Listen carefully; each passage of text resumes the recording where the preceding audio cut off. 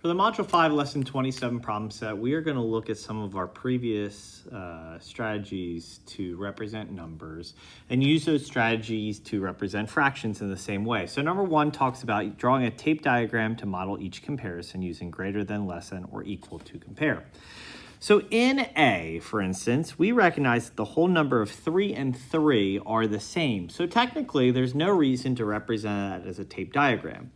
But I can go ahead and represent a tape diagram of 2/3 as well as 1/6. And I know with 6, what I would have is I would have thirds and then cut thirds in half. And I'm going to color in 5/6. And when we look at this, we recognize that the whole numbers I could add over here as 3 wholes, but I really am looking at the fractions because the whole numbers are the same. So when looking at 2/3 and 5/6 in our taped model or tape diagram, we know 5/6 is greater, which means this overall fraction is greater. Same thing right here for 4 and 3/6 and 4 and 1/3. The 4 and 4 are the same, so I'm going to separate this into 1/6 and this into thirds.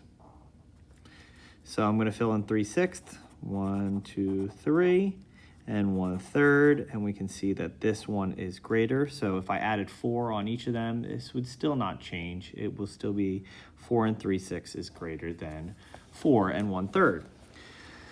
But sometimes what we want to do is we might need to use an area model to represent the units. And in this situation, we can go ahead and create it. Now, I'm going to be honest, I don't know if that's a good use. For me, I would much prefer just trying to compare 2 and 3/5 to a whole mixed number. So taking 7 out again, we would have 14/18 and 4/7 left.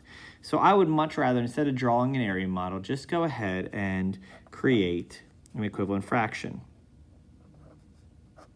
So 5 goes into 35 7 times, so 3 times 7 is 21. 7 goes into 35 5 times, so 4 times 5 is 20. So 21 versus 20, we can recognize 21 is greater, which means 2 and 3/5 is greater than 18 and 18/7. On the other part of the problem set, we just have ways to solve problems in any way possible. So you can go through with tape diagrams. You could do area models. I just prefer finding common denominators. We know whole numbers are the same. So 4 to 8 would make the 3 a 6. So 5 and 6/8 compared to 5 and 3/8, we know that this one is going to be greater. We could have also looked at it and said numerators are the same, so the smaller denominator. Down here, let's take this and put this into whole numbers first. So I know I can take 5/5 out 5 times, leaving us 2/5 left over. So to get this to compare, I'm going to turn 5 and 4/10 compared to 5 and 6/10. We know 5 and 6/10 is going to be larger. In this one, without even doing the problem, we can recognize that 7 and 7 is the same, so the smaller denominator would be greater. I could also take out, 2, 4, 6, so that would be 3 and 1/2, and 3, 6, 2 and 2/3. We would see that that one is greater.